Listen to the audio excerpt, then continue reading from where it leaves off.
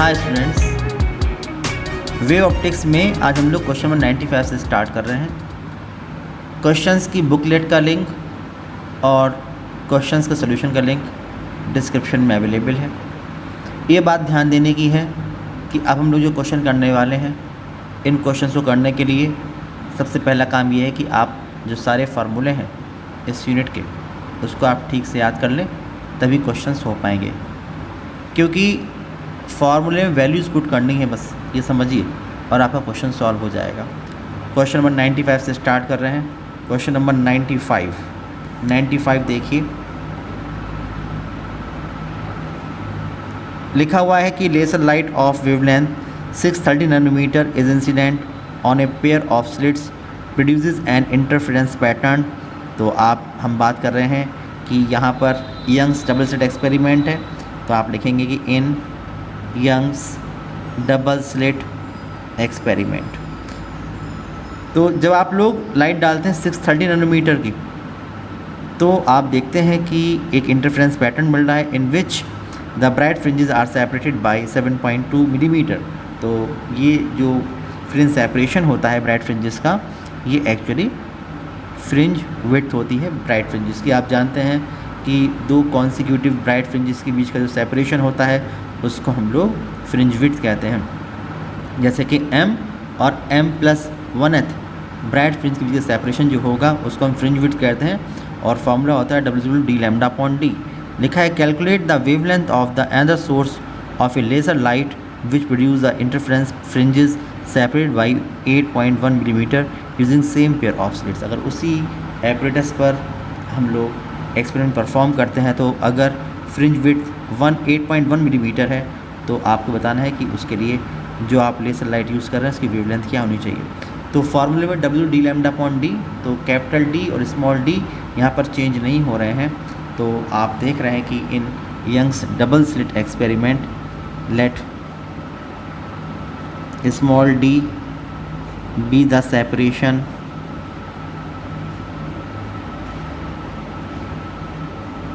between both the slits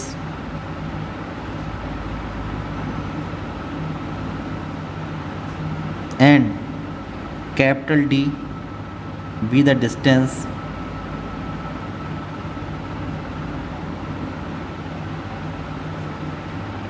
between both the slits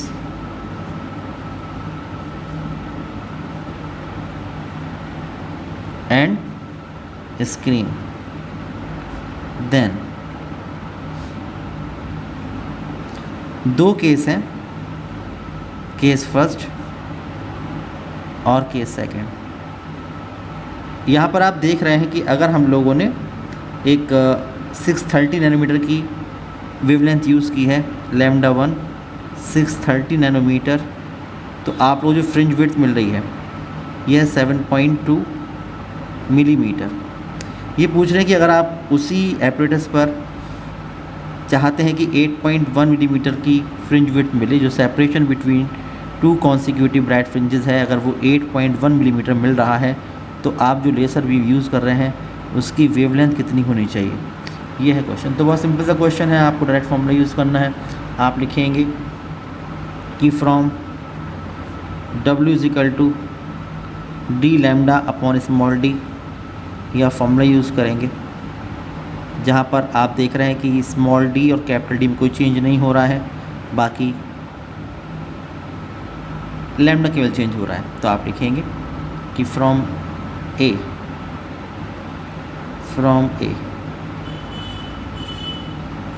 in case first में आप देखेंगे तो W1 होगा d(λ1/स्मॉल d), इक्वेशन नंबर 1 ये हो जाएगा। इन केस सेकंड में आप देखेंगे तो W2 हो जाएगा d(λ2/स्मॉल d), इक्वेशन नंबर 2 हो जाएगी। आप डिवाइड कर देंगे, डिवाइडिंग 2/1, डिवाइडिंग 1/2 कर लीजिए, डिवाइडिंग 1/2 वी गेट, तो W1 अपॉन W2। देखिए कैपिटल डी से कैपिटल डी, स्मॉल डी से स्मॉल डी कैंसिल हो जाएगा, बचेगा लैम्डा 1 अपॉन लैम्डा 2। तो जो वेवलेंथ चाहिए आप लोगों को, required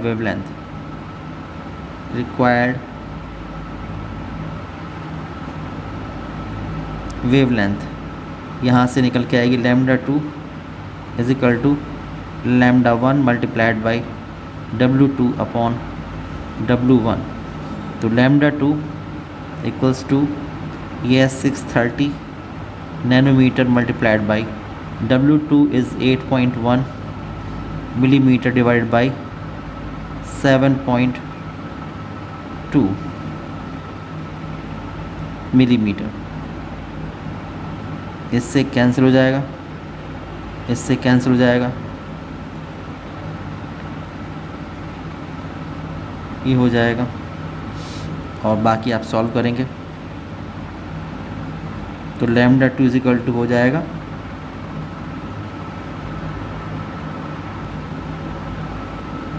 630 multiplied by 9 divided by 8, तो 708.75 नैनोमीटर। ये इस क्वेश्चन का आंसर आप लोगों का आ जाएगा। क्वेश्चन नंबर 95 हो गया। 96 देखिए, 96 लिखा हुआ है कि how will the interference pattern. तो हम बात कर रहे हैं कि in Young's double slit experiment we know that fringe width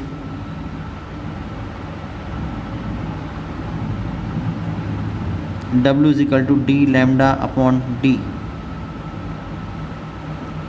ये होती है फ्रिंज विड्थ।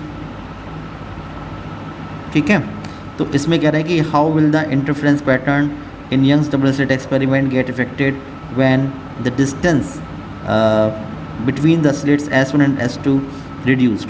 तो ए पार्ट में आपसे कह रहे हैं कि when the distance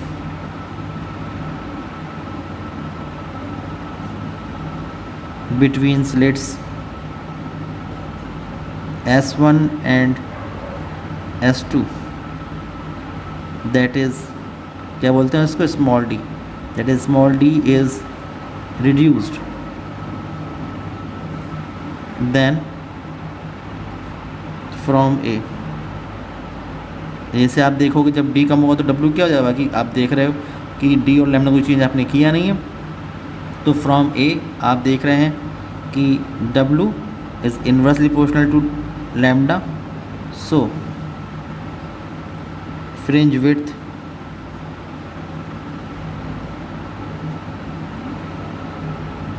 will increase.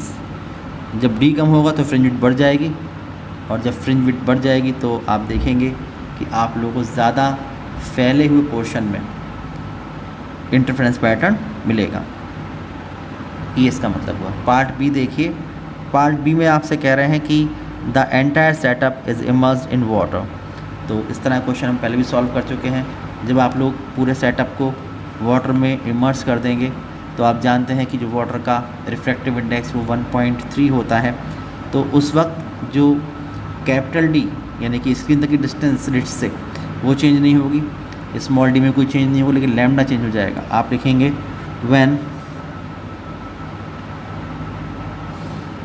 when the entire setup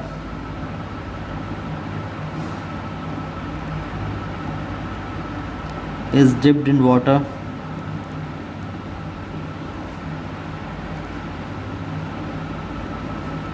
for which refractive index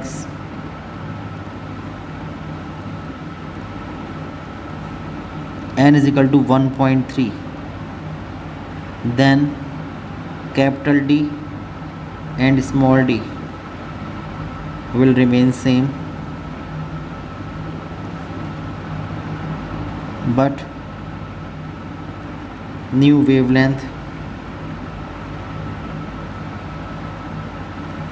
lambda dash will become lambda upon n.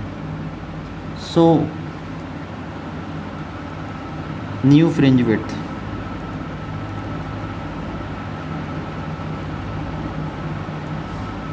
w dash is equal to, देखो d वही है, lambda dash upon small d वही है, तो यहाँ पर आप लिखेंगे d अपॉन स्मॉल d और यहाँ पर वैल्यू पुट करेंगे तो लैम्डा अपॉन n, तो 1 upon n times d lambda upon d, और आप जानते हैं d लैम्डा अपॉन d क्या है, a से, इक्वेशन a से, यहाँ से ये w के इक्वल है, तो w dash will become 1 upon n times of w, यह हो जाएगा कि w अपॉन 1.3।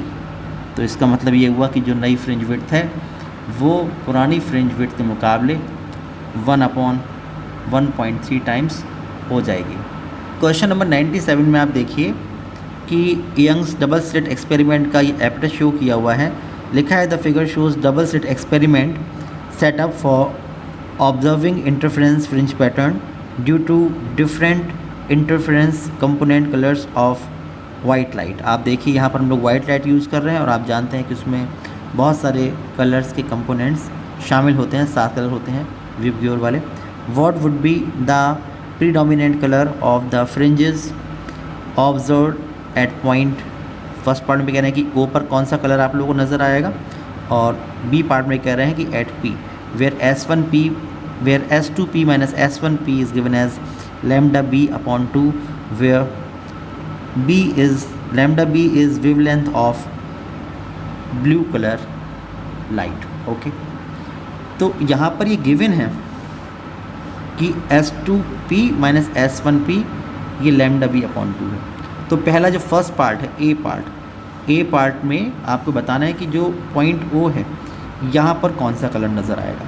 तो आप देख रहे हैं कि अगर एक रे चलेगी S1 से O पॉइंट पर आएगी, एक रे चलेगी S2 से, ये O पॉइंट पर आएगी, तो आप देखेंगे कि ये जो S2O और जो ये S1O हैं ये दोनों कैसे होंगे, ये दोनों इक्वल होंगे। ये दोनों इक्वल होंगे तो पाथ डिफरेंस ज़ीरो होगा, जब पाथ डिफरेंस ज़ीरो होगा तो फेज़ डिफरेंस भी ज़ीरो होगा, और जब फेज़ डिफरेंस ज़ीरो होगा तो सारे कलर जितने भी नेचुरल वाइट लाइट में कलर्स होते हैं विबग्योर, उन सब के लिए, क्योंकि यहाँ पर जो पार्ट डिफरेंस है वो ज़ीरो है, जो फेज़ डिफरेंस है वो ज़ीरो है, तो इसलिए यहाँ पर कंस्ट्रक्टिव इंटरफेरेंस होगा सारे कलर्स के लिए। इसलिए सारे कलर्स के लिए ब्राइट फ्रिंज बनेगी पॉइंट O पर। जब सारे कलर्स के लिए ब्राइट फ्रिंज बनेगी पॉइंट O पर तो उन सब का जो मिक्सचर होगा, ठीक है, वो कैसा होगा, नेचुरल वाइट कलर होगा। तो आप लिखेंगे कि यहाँ पर आप लोगों को एक नेचुरल वाइट कलर की ब्राइट फ्रिंज मिलेगी। आप लिखेंगे कि एट ओ आप लिखेंगे कि S2O minus S1O is equal to 0। तो पाथ डिफरेंस कैसा हो गया, पाथ डिफरेंस डेल्टा x ये 0 हो गया। तो जो फेज़ डिफरेंस हो गया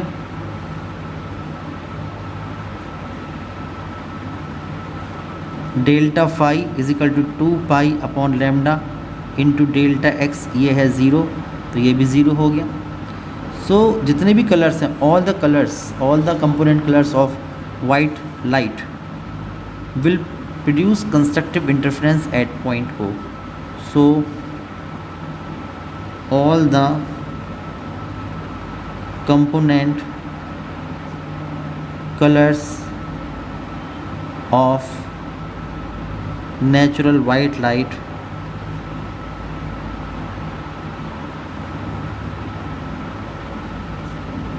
will show constructive interference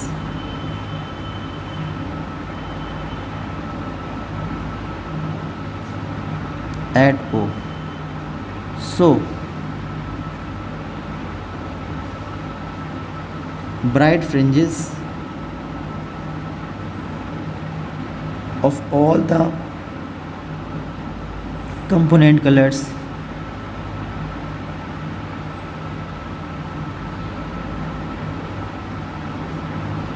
will be obtained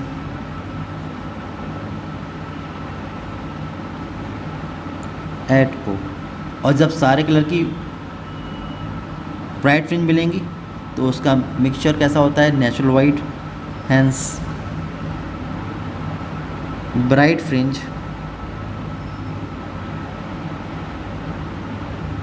of natural white light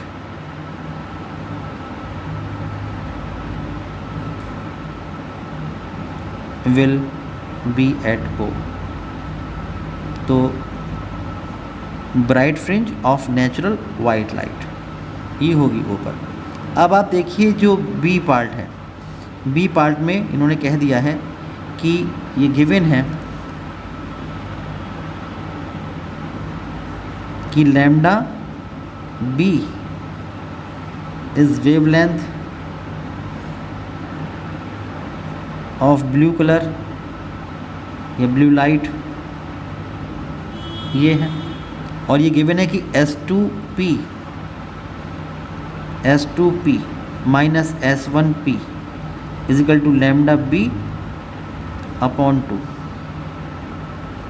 ये गिवन है।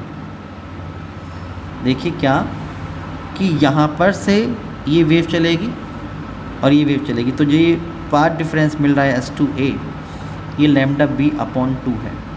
जब ये लैम्डा बी अपॉन 2 है तो हम लोग यहाँ से फेज डिफरेंस की बात भी कर सकते हैं। वैसे तो आप जानते हैं कि अगर लैम्डा अपॉन 2 पाथ डिफरेंस होता है तो डिस्ट्रक्टिव इंटरफेरेंस होता है। तो आप लिखेंगे कि hence at P there will be destructive interference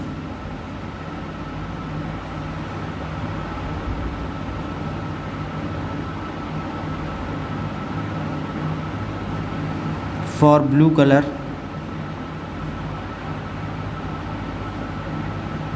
at P, so blue color will disappear।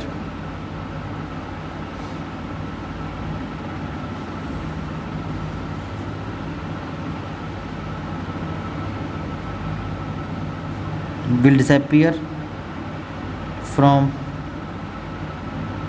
natural white light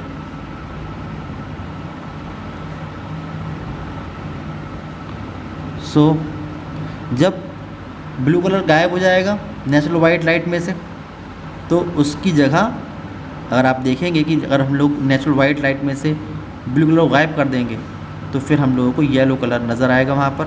तो आप लिखेंगे कि so a yellow fringe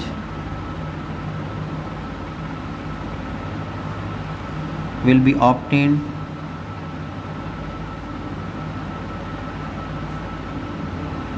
eight point P। तो पॉइंट P पर आप लोगों को एक येलो फ्रिंज मिलेगी।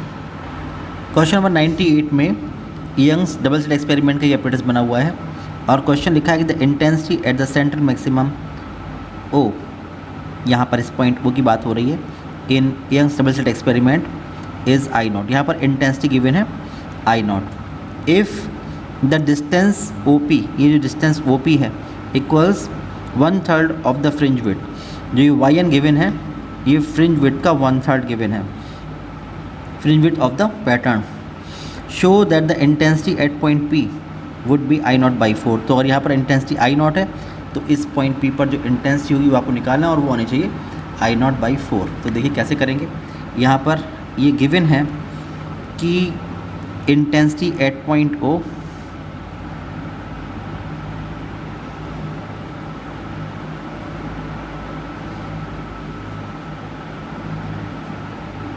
ये गिवन है I0। तो इंटेंसिटी एट P IP ये आपको निकालना है। तो इस क्वेश्चन करने के लिए ये भी गिवन है कि YN is equal to W/3, ये गिवन है। आप जानते हैं कि फ्रिंज विड्थ जो होती है वो होती है d λ/d। तो d λ/3 स्मॉल d ये इक्वेशन नंबर 1 हो जाएगा। अब आप लोग ये मान लीजिए, जब गिवन नहीं होता तो ये मानते हैं कि जो दोनों सोर्सेज हैं S1 और S2 उनकी इंटेंसिटी इक्वल है, तो आप मानेंगे कि let I1 is equal to IT, I2 is equal to I, ये आप मान लेंगे। और आप जानते हैं कि रिजल्टेंट इंटेंसिटी कितनी होती है, वी हैव रिजल्टेंट इंटेंसिटी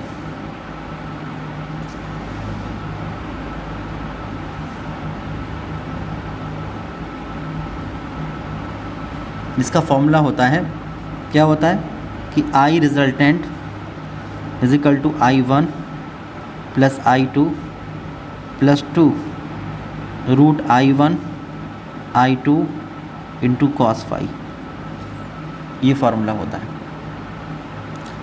ये होता है formula. I resultant is equal to I1 plus I2 plus 2 root I1 I2 into cos phi. तो अब इक्वेशन नंबर इसको A मान लीजिए।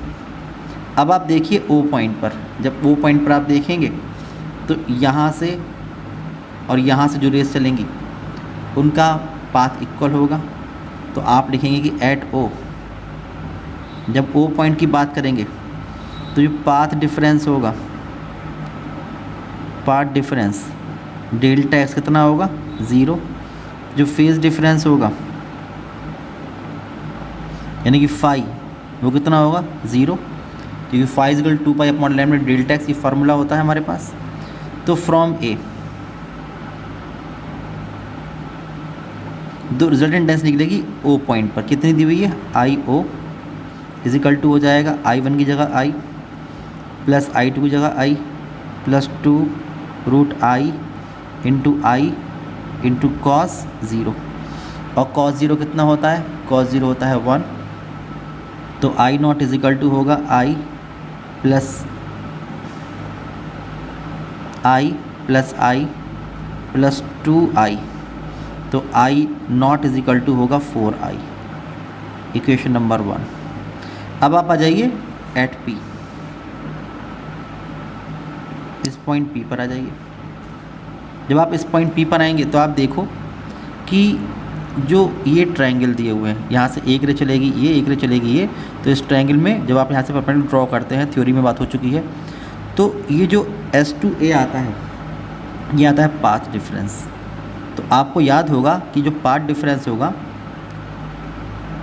जो पाथ डिफरेंस आता है S2A जिसको हम लोग डेल्टा एक्स कहते हैं, इसकी वैल्यू कितनी निकल के आती है पाथ डिफरेंस की, उसकी वैल्यू निकल के आती है कि ये डिस्टेंस यहाँ पर, ये यहाँ पर वाई एन गिवन है, वैसे हम लोगों ने एक्स एम करके सॉल्व किया था, तो y n small d upon capital d. आपको ध्यान होगा कि आपने क्या किया था, इन दोनों ट्रायंगल को देखा था, इन दोनों ट्रायंगल्स में तो आप लिखा था कि S2A upon small d is equal to OP upon CP, और क्योंकि जो कैपिटल डी है ये काफ़ी ज़्यादा है स्मॉल डी से, इसने CP is approximately equals to CO, और जब आपने क्रॉस मल्टीप्लाई करके निकाला था तो जो S2A आया था ये इसके इक्वल आएगा। और YN की वैल्यू देखो, यहाँ से d lambda upon 3D given है, तो जो S2A आएगा ये आएगा,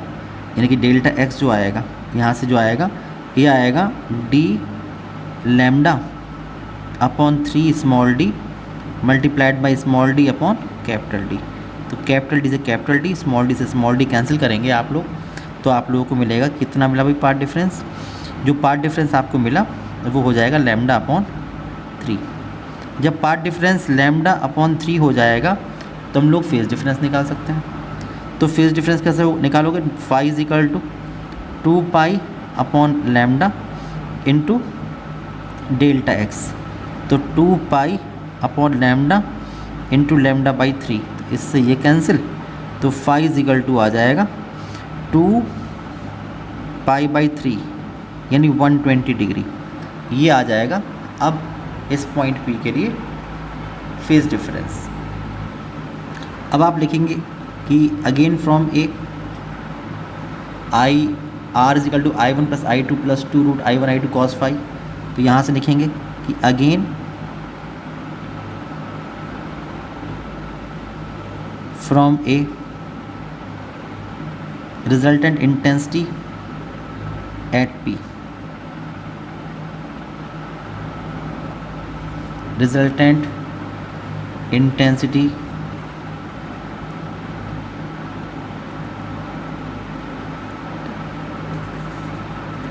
एट पी, तो आई पी इजिकल टू हो जाएगा आई वन कितना है, I plus two root I into cos 120, cos 120 minus 1/2 then I plus 2i और इसकी वैल्यू माइनस 1/2, इससे कैंसिल हो जाएगा। तो आप देखो यहाँ माइनस आई, ये प्लस आई से कैंसिल, तो आई सफिक्स पी ये हो जाएगा आई। इक्वेशन नंबर 2 आपको आई पी निकालना है, तो आप इक्वेशन 2 को इक्वेशन 1 से डिवाइड कर देंगे, डिवाइडिंग 2/1,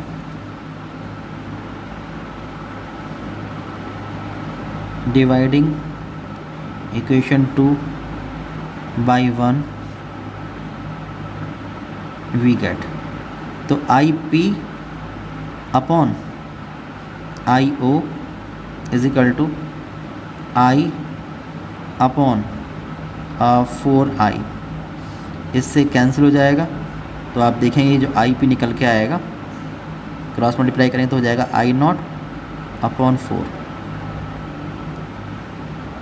तो यही आपको प्रूव करना था,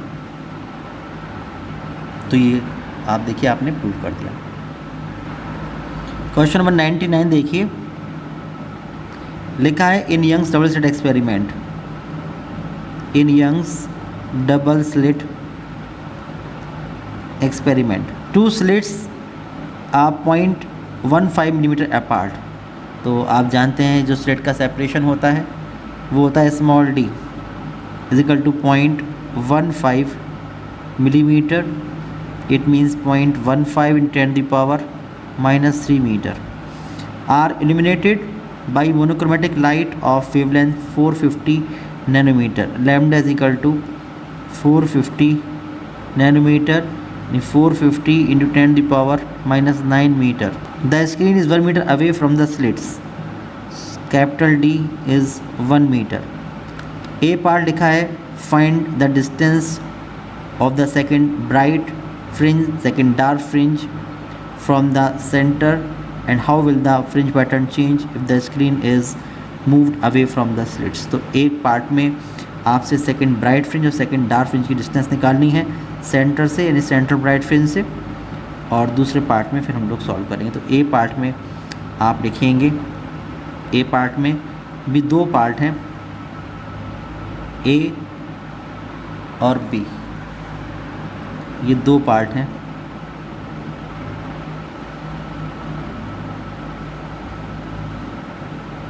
फॉर सेकंड ब्राइट फ्रिंज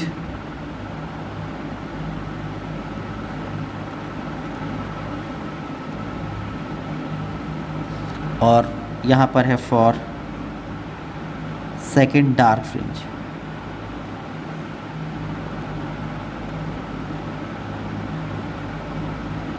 ये 2 पार्ट हैं। सेंट्रल ब्राइट फ्रिंज से या सेंटर से डिस्टेंस निकालते हैं, उसका फॉर्मूला आप जानते हैं कि डिस्टेंस ऑफ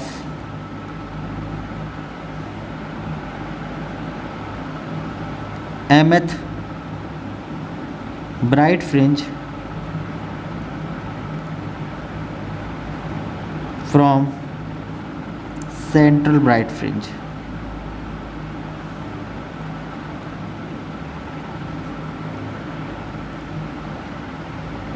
फॉर्मूला होता है कि x m bright is equal to m d lambda upon D, ये फार्मूला होता है। और distance of mth dark fringe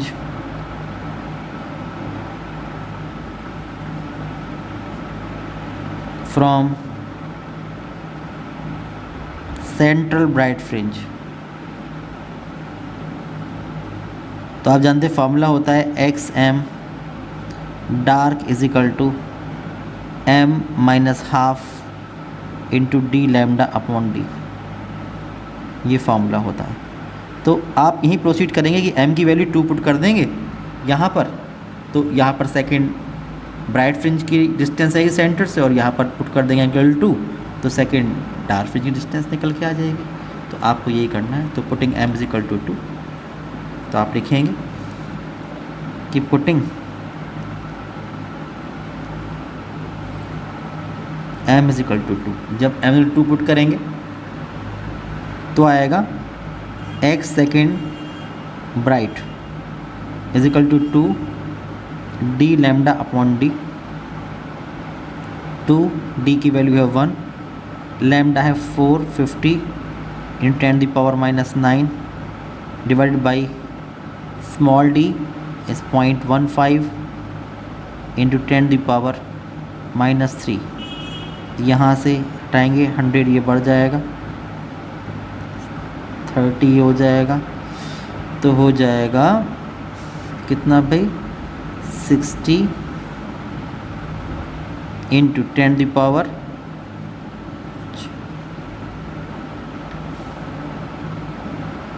10⁻⁻4 या 0.60 × 10⁻⁻2 मीटर, या आप जानते हैं कि 10⁻2 मीटर सेंटीमीटर 0.6 सेंटीमीटर, ये इस पार्ट का आंसर निकल आएगा। यहाँ पर आप लगाएंगे putting m is equal to 2,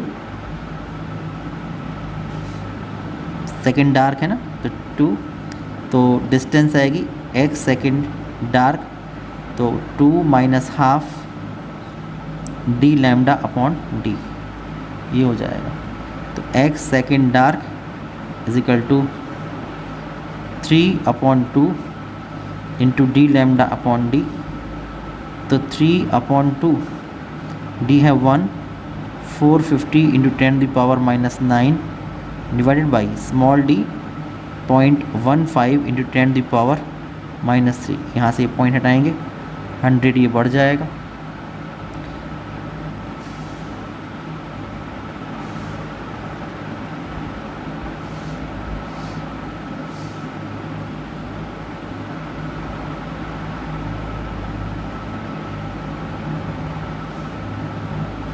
तो 0.45 × 10⁻⁻2 मीटर या 0.45 सेंटीमीटर, ये आपका आंसर आएगा। ठीक है भाई, हम लोग बी पार्ट की बात करते हैं। बी पार्ट में आपसे कहा जा रहा है कि अगर हम लोग जो how will the fringe pattern change if the screen is moved away from the slits, अगर हम स्लिट्स से दूर करते हैं, ठीक है, इस तरह की बातें हम लोग कर चुके हैं कि अगर हम लोग दूर करेंगे तो आप जानते हैं कि जो कैपिटल डी है वो उस केस में बढ़ेगा। When the screen is moved away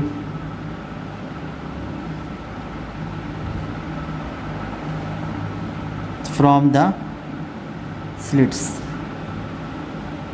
then जो कैपिटल डी होगा वो क्या होगा, ये बढ़ेगा। तो from W is equal to D lambda upon d, तो जो फ्रिंज विड्थ है वो भी बढ़ जाएगी। It implies that fringe width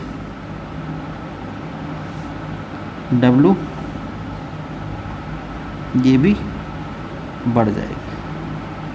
तो इस तरह से आप इस बात को वेरीफाई कर देंगे भाई कि फार्मूले से आप देख ही रहे हैं कि अगर आप लोग स्क्रीन को दूर करते हैं डी बढ़ जाएगा, इसलिए जो फ्रिंज विड्थ है वो भी बढ़ जाएगी।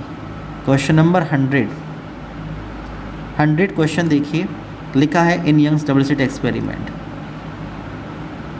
इन Young's double slit experiment 2 slits are 0.12 millimetre apart. तो आप जानते हैं जो प्लेट स्लिट सेपरेशन होता है इसको स्मॉल डी से रिप्रेजेंट करते हैं, तो ये है 0.12 millimetre apart. Are illuminated by monochromatic light of wavelength 420 nanometre.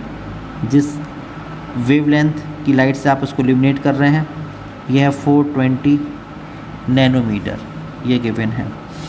The screen is 1 metre away, तो कैपिटल डी स्क्रीन डिस्टेंस होती है, यह है 1 metre away from the slits. Find the distance of the second, A part है bright fringe and B part है dark fringe from the central maximum, and B part लिखा है how will the fringe pattern change if the screen is moved away from the slits. तो बिल्कुल जैसे भी आपने question solve किया है आप देख रहे हैं बिल्कुल वैसे ही क्वेश्चन है कि पहले आप सबको चेंज कर लेंगे मीटर में, ये 420 इंटू 10⁻9 ये आ जाएगा और ये मीटर में है ही। तो आप लोग बिल्कुल ऐसे सॉल्व करेंगे। सेकंड ब्राइट फ्रिंज की डिस्टेंस सेंटर से x m bright m d lambda upon d, यहाँ पर 2 पुट करेंगे, डी लैम्डा और डी की वैल्यू पुट करेंगे, ठीक है, और सॉल्व करेंगे तो ऐसे ही आप निकाल सकते हैं सेकंड ब्राइट फ्रिंज की डिस्टेंस सेंटर से, और ऐसे ही सेकंड डार्क की एम की वैल्यू 2 पुट करके ये निकाल सकते हैं। और सेकंड पार्ट का आंसर भी वही है कि जब आप स्क्रीन को दूर कर देंगे स्लिट से तो कैपिटल डी बढ़ जाएगा, इसलिए फ्रिंज विड्थ भी बढ़ जाएगी। तो बिल्कुल वही क्वेश्चन है, same as question number 99, same as question number 99। इसको आप ऐसे सॉल्व कर सकते हैं बिल्कुल सेम वे में। क्वेश्चन नंबर 102 देखिए, लिखा है कि a beam of light consisting of 2 wavelength 600 nanometre and 450 nanometre, ये 450 होना चाहिए। तो लैम्डा, एक लैम्डा गिवन है 600 nanometre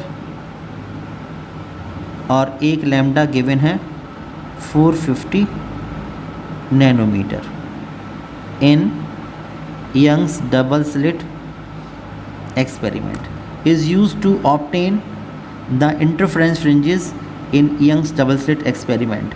Find the least distance from the central maxima where the bright fringes due to both the wavelengths coincide. The distance between the two slits is 4 millimeter, small d 4 millimeter, and the screen is at a distance of 1 meter from the slits. So capital D is equal to 1 meter from the slits. तो question ये है कि आपके पास जो light है, जो आप light use कर रहे हैं उसमें वो लाइट जो है वो मोनोक्रोमेटिक नहीं है, उसमें 2 वेवलेंथ हैं, 2 वेवलेंथ की लाइट है। और जब 2 वेवलेंथ की लाइट होगी तो आप जानते हैं W D lambda upon D से, क्योंकि स्मॉल डी और कैपिटल डी तो सेम रहेंगे लेकिन लैम्डा अलग अलग होंगे 2 लाइट के लिए, इसलिए जो फ्रिंज विड्थ होगी वो अलग अलग होगी।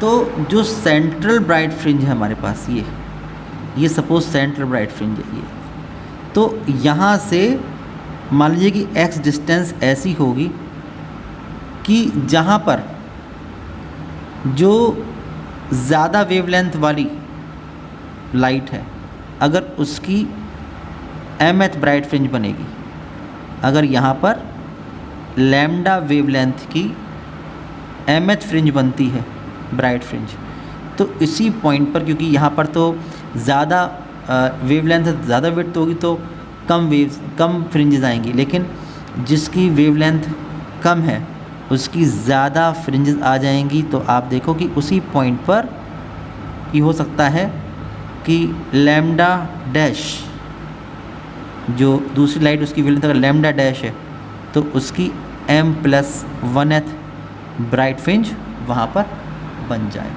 ठीक है। ऐसे आप लोग एज्यूम करके चलेंगे। और डिस्टेंस कितनी है वहाँ से, ये डिस्टेंस जो है x, तो आप देखोगे कि लैम्डा वेवलेंथ वाली लाइट के लिए वहाँ पर mth ब्राइट फ्रिंज बन रही है। तो आप जानते हो कि xm ब्राइट जो होती है वो होता है m d lambda upon D, और वो वैल्यू x के इक्वल, तो x इक्वल टू हो जाएगा m d lambda upon D. और उसी पॉइंट पर लैम्डा डैश वेवलेंथ की m+1th फ्रिंज बन रही है, तो आप लिखोगे x equal to m+1 d lambda dash upon d. दोनों केस में जो डिस्टेंस है वो तो सेम ही होगी, डिस्टेंस को इक्वेट कर देंगे, वहाँ से आप m की वैल्यू निकाल लेंगे। जब m आ जाएगा किसी भी एक इक्वेशन में उसको पुट कर देंगे तो डिस्टेंस निकल के आ जाएगी, ठीक है। तो आप लिखेंगे कि from W is equal to D lambda upon D, ये है। Since lambda is greater than lambda dash, तो W will be greater than W dash. तो let at a distance of x from central maxima O,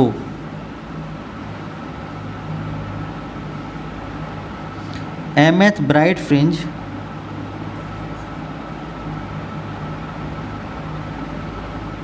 of wavelength lambda coincides with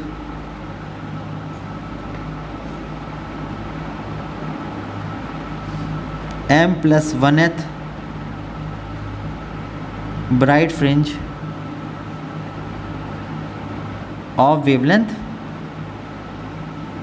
of wavelength lambda dash.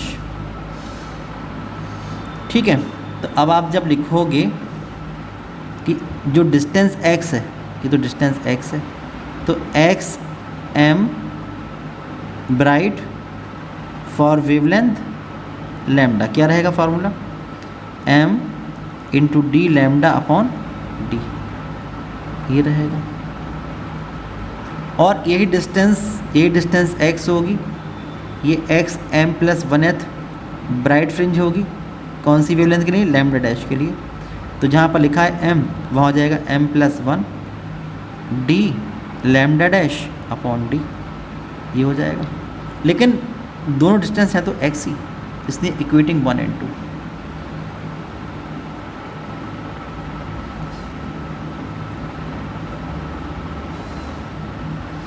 जब equate करेंगे तो हो जाएगा m d lambda upon d is equal to m plus 1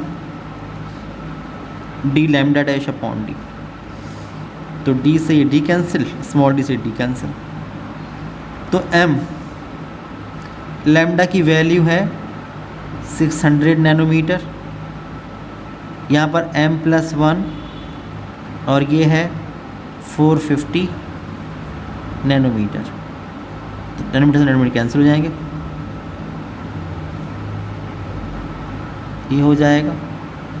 तो 4m is equal to 3m plus 3, result ले जाएंगे तो m is equal to 3। तो इसका m के 3 निकल के आ रही है, इसका मतलब इसकी थर्ड लैम्डा वेवलेंथ जिसकी है उसकी third bright fringe lambda dash wavelength वाली m plus 1 fourth bright fringe से कॉन्साइड करेगी, एक ही पॉइंट पर डिस्टेंस होगी x। तो अब आप चाहो तो यहाँ पर लिख दो, चाहे 3, यहाँ लिख दो 3 और ये डिस्टेंस निकाल लो तो डिस्टेंस आ जाएगी, ठीक है ना। तो आप लिखेंगे कि that is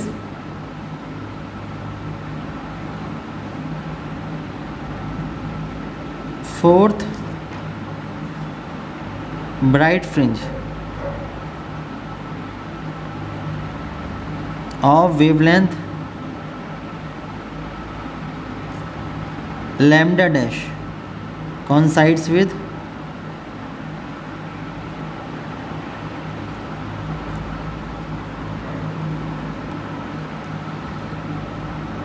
third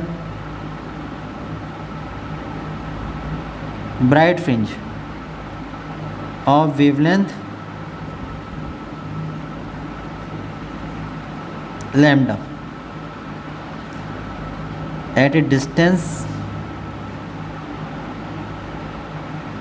of x from central maximum O,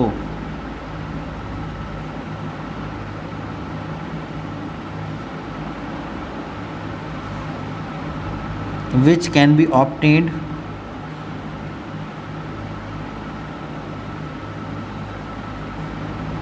by equations 1 and 2 किसी से भी आप लगा दो तो आ जाएगा। तो putting this value in 1, suppose putting m is equal to 3 in equation 1, तो आपके पास फार्मूला है 1 में आप देखेंगे तो x इज इक्वल टू है m d lambda upon d, ये आप पुट करेंगे। तो ये पुट करेंगे तो m d lambda upon d इसमें आप पुट कर देंगे सारी वैल्यूज़। तो m है 3, स्मॉल d 1 मीटर है, लैम्डा जो लिखा है लैम्डा यहाँ 600 नैनोमीटर, तो 600 10⁻⁹ ये हो जाएगा मीटर में, और 450 इंटू 10⁻⁹ ये हो जाएगा मीटर में, और जो लिखा है 4 मीटर 4 10⁻³ ये हो जाएगा मीटर में। तो सबको आपने मीटर में कन्वर्ट कर लिया। अब जब मीटर में कन्वर्ट कर लिया तो आप पुट कर देंगे यहाँ पर। तो ये d है 1, ये 600 इंटू 10⁻⁹ और अपॉन ये है 4 इंटू 10⁻⁻3 ये हो जाएगा 150। x is equal to 450 into 10⁻⁻⁶,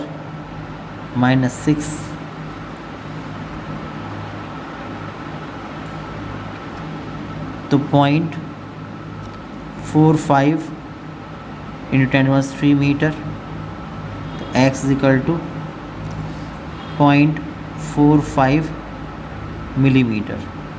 तो इसका मतलब ये हुआ कि 0.45 मिलीमीटर डिस्टेंस पर सेंट्रल मैक्सिमम से जो दोनों फ्रिंजेस होंगी वो कॉन्साइड करेंगी।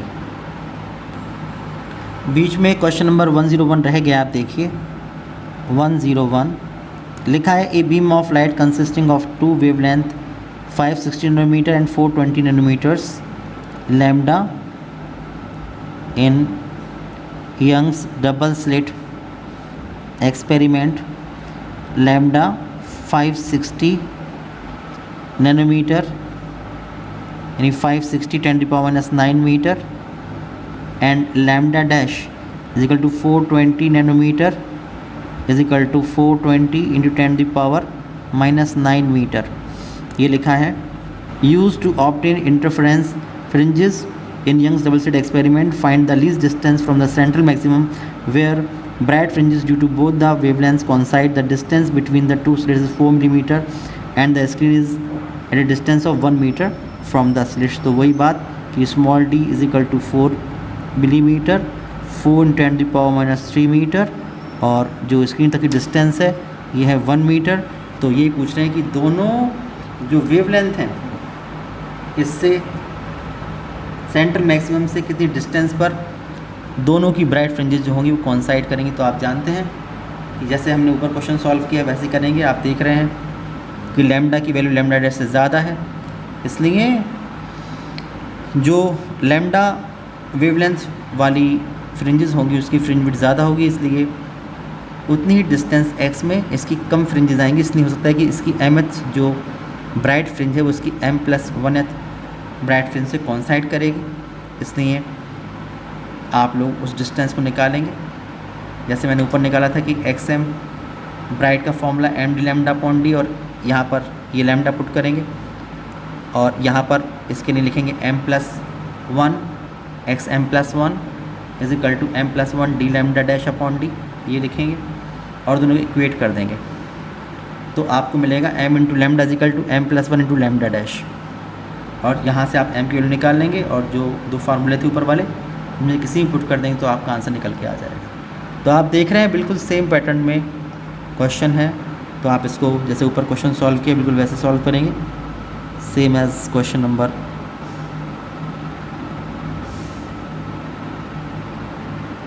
102 ऐसे सॉल्व करेंगे आपका आंसर निकल आएगा। तो सॉल्व कीजिएगा इसको। आज के इस वीडियो में इतने रखते हैं, नेक्स्ट वीडियो में से आए क्वेश्चन सॉल्व करेंगे, लेकिन उसके लिए ज़रूरी है कि आप लोग जो फार्मूले हैं और जो थ्योरी है वो क्लियर रहे। आप लोग थ्योरी पढ़ के बैठें और जितने ही फार्मूले हैं उनको आप ज़रूर याद कर लें, तभी क्वेश्चन सॉल्व हो पाएंगे, अदरवाइज़ क्वेश्चन सॉल्व नहीं हो पाएंगे। नेक्स्ट वीडियो में फिर मिलते हैं, तब तक के लिए बाय बाय।